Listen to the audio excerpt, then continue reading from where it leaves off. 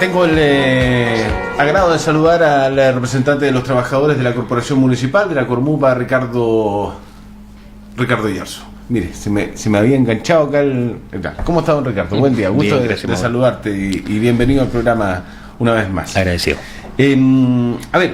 A propósito de la conversación que tuve recién con el alcalde, ¿ustedes como funcionarios de Cormupa están avisados ya de lo del 15 de diciembre de la consulta ciudadana? No tenemos antecedentes sobre eso. Ah, ¿no? No. ¿Pero cómo no? Es que generalmente este tipo de decisiones se toman en la alcaldía y a nosotros nos informan al último cuando hay que hacer como las cosas más operativas, ¿no? Ya. Ahora, me parece que en lo de fondo en eso, lo importante sería que esa consulta terminara con algún documento que complemente dos cosas. Yo quiero poner un punto porque me parece importante en este momento. Complemente lo que va a decir la ciudadanía en esas consultas que se van a hacer, que entiendo que van a priorizar cuáles son las demandas sociales del territorio, pero además haga un levantamiento, y eso se puede hacer en paralelo, de toda la información que hay ya en el territorio respecto a todos los cabildos, asambleas, reuniones que se han hecho durante ya semanas. Hay conclusiones de eso, hay equipos trabajando, hay incluso una coordinadora de facilitadores que han andado por la ciudad haciendo esa tarea. ¿Por qué es importante tener toda esa información? Porque yo creo que llegamos a un minuto en que nosotros tenemos que tener una declaración conjunta, un mandato conjunto, donde el territorio de Magallanes diga, mira, ¿saben qué? De todos los claustros, cabildos, encuentros que hemos realizado, más las consultas ciudadanas que hemos realizado, Magallanes está pidiendo esto. Y la lista clara: término del sistema de AFP, sistema de salud único, modelo educativo público, no sé, pues todas las que salgan como prioridades dentro de todas estas conversaciones que han hecho. Y eso escrito en un documento que además sea público y que todos tengamos la conciencia de que eso es lo que está diciendo el pueblo de Magallanes. ¿Y sabes por qué digo que es importante tener este documento? Porque si no se hacen los lesos, pues. Si no, en el Congreso siguen diciendo, no, pues parece que no es nada que la gente quiere cambiar la AFP, quieren solamente mejores pensiones. Entiendo. ¿Te das cuenta, no? Sí. Entonces hay que tener algo concreto y decir, no, pues, ¿sabes qué? Usted o no quiere escuchar o se está haciendo el leso, porque no es eso lo que estamos pidiendo. Y por eso que yo creo que es urgente trabajar ese documento único. Yo sé que no va a ser tan fácil ponerse de acuerdo, pero ya se han sistematizado varios encuentros, cabildo y todo, y eso es posible realizarlo. Y aprovechando la consulta también habían a salir unas prioridades, y yo creo que en el conjunto de todo eso se puede sacar un documento único, y que uno diga, mira, este es el mandato del territorio de Magallanes o la ciudad de Punta Arenas. En la comuna. Sí, pues. O hacer uno completo con todas las comunas que participan. También, y hacer uno por la región. Exactamente. Y eso, si nosotros avanzamos en eso y pudiéramos ser los primeros en hacerlo, me parece que hay como condiciones para que se dé también en otras comunas, pues, porque me parece urgente que eso pase, porque si no siempre te están diciendo, es que no se sabe qué quiere la gente, es que es como una masa así que no se entiende muy bien lo que están diciendo. Se mezclaron las cosas, claro. De todas maneras se han mezclado muchas cosas, ¿no? Sí, obvio, pero es por eso, porque no hay claridad, pues. Pero si uno sale a la calle y escucha, está súper claro lo que quiere la gente. A ver, ¿tú qué has escuchado? Yo creo que primero terminar con el sistema de AFP. Ya. Me parece que eso es fundamental, o sea, continuar con esto de las 20 lucas, 25 lucas, o esta vergüenza que están haciendo en términos de decir, no sabes que le vamos a seguir el 50%, pero abajo en letra chica, pero a los que tienen más de 80 años y el resto va a tener que esperar, no sé, 2 o 3 años más. Y eso es burlarse de la gente. Entonces eso es no entender que lo que está pasando en la calle es más grave de lo que ellos creen que pueden dominar. Me parece que están apostando a que esto se desgaste y buscar las mismas soluciones de siempre. Y eso no va a ser así, porque hay plena conciencia que esto es una estafa piramidal, si lo han dicho en todas partes. Solo por darte unos datos, leí hace un tiempo atrás que conversábamos hace tiempo que el promedio de las pensiones son 220 lucas. Sí. Ya, pues, pero la realidad es que de esas 220 lucas, solo 150 lucas las paga la AFP, pues lo otro lo paga el Estado. ¿Y sabes qué significa 150 lucas por cada una de las personas jubiladas para la AFP? 1/3 de lo que ganan. De los 10.000 millones de dólares que ganan la AFP, 1/3 lo dedican a pagar las pensiones y los otros 2/3, o sea, la gran parte de la torta, se la quedan los grupos económicos para especular en la bolsa con el mercado financiero, o sea, para su negocio. Y es brutal porque lo que están haciendo es sacándole plata a los trabajadores directamente, obligatoriamente, para hacer su negocio. Pues si eso es la AFP, así de brutales, y por eso tiene que terminar. O sea, ¿cómo es posible que además esto tenga nombres concretos y todos no hagamos los lesos? Porque no es que se los llevan los extraterrestres, se los llevan grupos económicos concretos y tienen nombre, pues sí. El grupo Mate, el grupo Penta, que lo conocimos por los coimas que hicieron en el Congreso, la Cámara Chilena de la Construcción. Son gente con cara, o sea, mate. Ellos están llevando la plata para la casa. ¿Y cómo lo hacen? A través de los seguros, pues, porque las aseguradoras son parte de los que son dueños de la AFP. Claro, es el negocio. Por eso es que nos sueltan las aseguradoras, pues. Entonces, ¿cómo vamos a estar continuando validando un negocio que ya a mano llena, pues, a costa de todos nosotros? Eso es lo que tiene que cambiar en el Congreso. Esa es la primera prioridad de las peticiones de la calle. Me parece obvio, porque además, si tú cambias un modelo donde solamente estos 10.000 millones de dólares los repartas entre la gente para sus pensiones, inmediatamente te suben un 40 o un 50% las pensiones al tiro. No es que la cosa va a demorar un montón de años. Mañana. Claro, porque en vez de que se repartan la plata a ellos, la repartimos entre la gente que se pensiona. Así de sencillo, más allá de las especificaciones técnicas que obviamente tienen que ver los economistas y todo. Pero ese es el modelo grueso. Ya, tienes conciencia de eso, sí que significaría de que el sistema económico chileno, el modelo, por cierto, se podría ir a pailas en buena. Pero ¿sabes qué? Depende de quién lo administre, po. Porque también se ha dicho con... ¿Quién lo tiene que administrar? ¿El porque Estado? han habido interlocutores dentro del Congreso que han planteado que sea como una especie de banco central que dependa del Estado, pero que tenga cierta autonomía para manejar los recursos. Eso me parece razonable. Es una entidad autónoma, profesional, que administre, pero que sea el Estado, pues, y que reparta de manera equitativa. Y lo otro, ¿cómo es la mejor forma que los Estados tienen para reactivar la economía? Insertando recursos desde el Estado. Bueno, si tú ahora tienes 10.000 millones de dólares que los vas a tener tú como Estado y no los que están haciendo negocio, me imagino yo que responsablemente como Estado invertirás para que las obras públicas y la inversión pública crezca, pues eso también genera que la economía se reactive.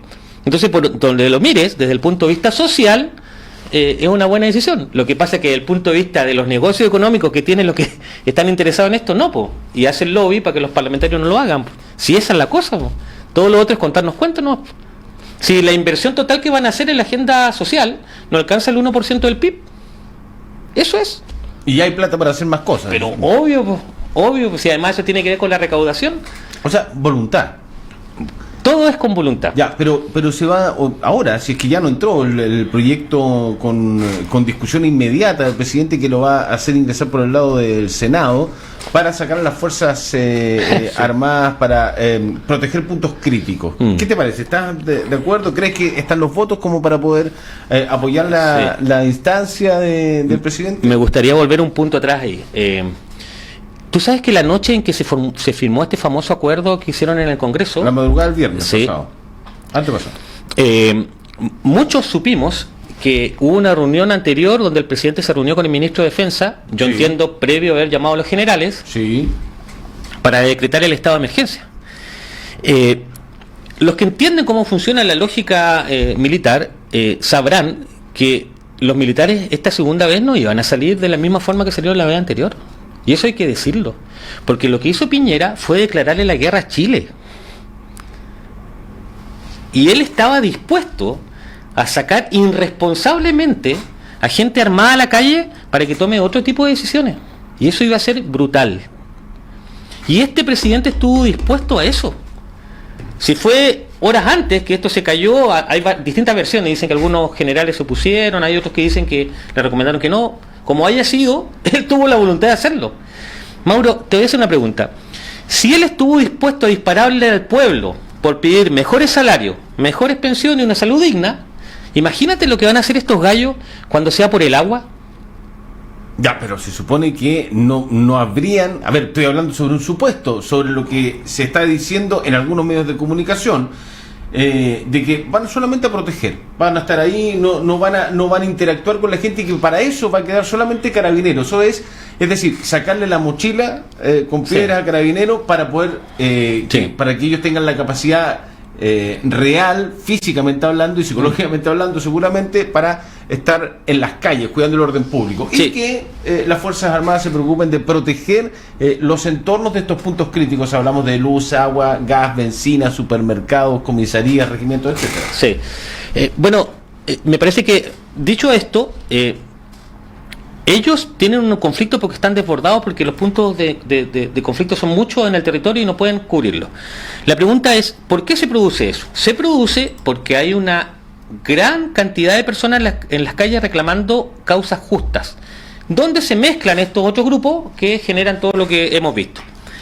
Bueno, pues si la política diera solución a lo que está demandando esa gran cantidad de gente, ya no habrían marchas, po. O sea, tú dices que se están preocupando en términos políticos y en el Ejecutivo de poner más armas en la calle, de la violencia, en vez de poner más lucas donde hay que poner las lucas, porque tiene que ver con solucionar los problemas sociales de fondo, po. O sea, cambio el modelo de FP, sistema único de salud y un modelo justo de remuneraciones. Cuando se preocupen de eso, van a ver que la calle va a responder y va a empezar a replegarse, porque es lo que está pidiendo. Y cuando eso pase, los que generan violencia quedan solos, po. Y ahí, por tanto, es distinta la forma de actuar, ¿no? Porque ya no es una masa, sino un grupo que está derechamente haciendo actos delictuales, porque ya no está dentro de una protesta. Ya no es una manifestación masiva. Ya, tú dices que bajarían absolutamente las Me marchas parece en que las si calles, tuviera una tuviesen 3, 4 propuestas concretas, obvio, pero buenas. Exacto, reales, po. O sea, terminar con el sistema FP, ya lo conversamos, hacer un modelo único de salud. ¿Por qué las ISAPRES tienen que seguir rentando con las lucas de los que estamos poniendo o los que están poniendo en ese sistema? Si pudiera haber un sistema único de salud. ¿Y sabes por qué es importante que haya un sistema único de salud? Porque así los que tienen plata se preocuparían que ese sistema de salud sea eficiente y bueno, po. Para el que quiera tener hotelería, otras cosas de regalía en hospitales, bueno, que pague un seguro privado como se hace en todas partes del mundo, po. Pero no puede ser que tengamos un sistema de salud para ricos y un sistema de salud para el que no puede pagar. Eso no puede pasar. Y ese es otro cambio de fondo que hay que hacer, po. Te aseguro que si pusiéramos de verdad en la mesa estas cosas, la gente reaccionaría de manera distinta. Lo que pasa es que en el Congreso siguen hablando de 10, 20, 30 lucas más, o no sé, pues de una rebaja mínima al pasaje, o siguen hablando de sus propias peleas al interior de lo que está pasando en los partidos políticos, que no le interesa a nadie. Y por eso la gente sigue en la calle. En el minuto que tú soluciones esto, la cosa se descomprime. Lo que pasa es que no están dando soluciones reales, pues si eso es. Ya, bueno, si no se soluciona esto, podría estar en riesgo el plebiscito de abril. Ahora, si llegásemos a tener plebiscito en abril, yo me imagino por lo que estás diciendo más o menos por dónde va a ir tu voto, en confirmar una nueva constitución. Sí, obvio. Y vas por la convención constituyente, que es asamblea constituyente, o no estás muy convencido de eso. Hay una discusión más técnica que bueno, igual ha desvirtuado un poco el debate. Yo creo que el debate debe sentarse a lo social, pero solo un paréntesis en eso. Me parece necesario que se aclare cómo se van a elegir los delegados. Yo creo que eso es fundamental. Bueno, ayer ya se adelantó alguna cosa. Va a ser vía el proceso electoral como se eligieron diputados en el 2017, pero además los independientes podrían armar sus propias listas. Si no se dieran las condiciones para que los independientes compitieran de la misma forma con todos los otros, la verdad que no tiene ni un sentido. Ya, ok. Porque pero si entre los independientes sí. Ahí me parece que sería más justo y además más representativo, porque si no, lo que va a pasar es que se van a repartir los cargos entre los mismos que están hoy día y van a decidir la constitución entre ellos, pues. Y ese no era el objetivo, pues. Si lo importante es que la gran mayoría de gente que está hoy día manifestándose, es decir, la señora que está dirigente social, el dueño de la ferretería, no sé, todos tengan las mismas opciones para postular a ser constituyentes, pues de eso se trata, ¿no? Esa era la idea de fondo. Si se lo arreglan entre ellos, sería una tontera máxima. Entiendo que están entrando razón algunos, a pesar de la posición de otros que todavía siguen en la lógica antigua. Pero bueno, me parece que ahí lo fundamental es que sea participativo y que podamos tener todas las mismas opciones. Dicho esto, bueno, creo que las señales que ha dado el gobierno, más allá del tema constitución, ha sido pésimo. O sea, yo creo que hace algunas semanas nos tocaba conversar acá y quisiera decir eso. Mira, fíjate, nos ha tocado justo estar como en distintos momentos de la crisis. Pues, al principio decíamos que había que establecer diálogos, cabildos. Después estábamos hablando que la constitución era el problema que había que cambiar estructuralmente, y hoy día me parece que el tema social es fundamental. Pero allí creo que el gobierno no está dando palos de ciego, porque lo que están haciendo, y hay que decirlo con todas sus letras, están desvirtuando la discusión para otras cosas. ¿Por qué crees tú que sale la ministra Cubillo a decir la burrada que dijo? A ver, ¿cuál? Lo del adoctrinamiento político, que va a armar una normativa, un proyecto de ley para que se prohíba el adoctrinamiento político en los colegios. Así es. ¿Por qué sale hablando eso en este minuto, cuando además es súper álgido el momento que se encuentra, pero por sobre todo no sabiendo o haciéndose la lesa de que la superintendencia ya tiene facultades para regular eso? Si uno como apoderado siente que se está realizando un tipo de adoctrinamiento dentro de un aula, puede asistir a la institución vigente, que es la superintendencia, y tiene facultades para ir a fiscalizar eso. No necesita otra ley. Es más, la Constitución es clara que tiene que haber un modelo de educación pluralista y sin doctrinas como particulares. Y de ahí hacia abajo toda la legislación. Entonces, ¿qué sentido tiene este debate? Si además fueron 28 denuncias de 28 apoderados en Chile, y en Chile en el sistema total hay 7,5 millones de apoderados, O sea, ¿ese es el punto central hoy día en educación? O sea, me parece que no, me parece que hoy día el tema central de educación es cómo establecemos un nuevo financiamiento para el modelo educativo, cómo hacemos que el Estado se haga cargo a través del Ministerio de Educación del modelo educativo, hacemos cómo establecemos condiciones para que los niños puedan rendir de manera adecuada los diferentes exámenes que se vienen ahora y que si no se van a poder ver afectados si es que no se toman medidas concretas en ese punto. Quedan un par de semanas de clase. Por cierto, yo estaría preocupado de cómo reforzamos los contenidos de los chicos que van a dar la PSU. Dándole herramientas al sistema para que eso ocurra y estar preocupado de esto, o sea, yo debo entender solamente que es una estrategia para desviar la atención, o sea, y tan brutal además de esa forma, lo mismo que hizo Alaman, que además es su pareja, diciendo que él no reconocía este tipo de acuerdos y otras cosas, siendo que todo Chile había visto que ya eso estaba zanjado, por lo menos lo que estaba planteando él en términos de cómo se solucionaba si es que no había acuerdo en algunos puntos de la Constitución. Entonces, ¿sabes qué? Yo creo que yo ahora ya, antes decíamos que era el sistema concreto, porque todos los gobiernos se habían hecho los lesos con esto, pero hoy día ya derechamente es Piñera, porque él ya ha tenido 30, 40 días para manejar la crisis. 38 yo. Y sigue disparando. ¿Y sabes por qué yo creo que es eso? Porque él no quiere. Porque si cambia el modelo, a él le afecta, po. Si él tiene más de 3.000 millones de dólares, po. Lo último, la asistencia a clases en el sistema municipal, ¿cómo está? ¿Muy bajo? Sí, claro, ha bajado considerablemente. ¿Sí? Los niños ya no están asistiendo a clase. Y también pongo el punto ahí, porque se está poniendo presión sobre los profesores en algunas cosas que tienen que ver dentro de las aulas, que a mí me parece necesario porque tienen que terminar bien el año escolar. Pero hay una línea muy delgada. Los profesores que salen a la calle salen porque están apoyando al pueblo en una demanda justa.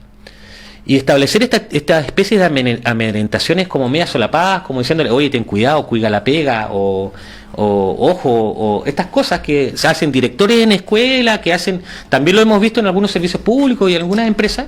Me parece que hay que denunciarlo y hay que fundarlo porque la gente no está en la calle por hacerse el gracioso, la gente está en la calle por demandas justas. Y toda esta gente que está tratando de coaptar esto de otra forma, a propósito de sus intereses personales, yo creo que hay que denunciarlo y hay que pararlo. Porque cuando un profe está en la calle no es porque esté, porque le hace gracia tener que marchar, siendo que tiene otras obligaciones. Lo hace porque él cuando se jubile va a pasar a la pobreza. Porque pasan, como vimos la señora hace poco, de ganar sueldos cerca de 800, 900, un millón de pesos a 200 lucas. Por eso está la gente en la calle. Entonces salir a amenazar a la gente para que no salga me parece impresentable y yo creo que hay que denunciarlo. Ricardo Yarzo, dirigente, representante de los funcionarios de Cormupa. Un gusto, Ricardo. Para haber pasado hablando el tiempo. Pero vamos a dejarte invitado para los próximos días para seguir conversando, porque hay muchas cosas que quedan pendientes y además imagino les van a avisar dentro de los próximos días o la próxima semana cómo va a ser la consulta del 15 de diciembre, qué colegios se van a utilizar, etcétera. Sí, ojalá que tenga una gran participación en eso y bueno, estamos siempre en contacto y felicitarte por lo que estás haciendo en el programa. Gracias, Ricardo. Que esté muy bien, buena jornada. Pausa y conversamos con el jefe de la Facultad de Investigación y de Sociología de la UDP, Cristóbal Rovira, en los próximos minutos.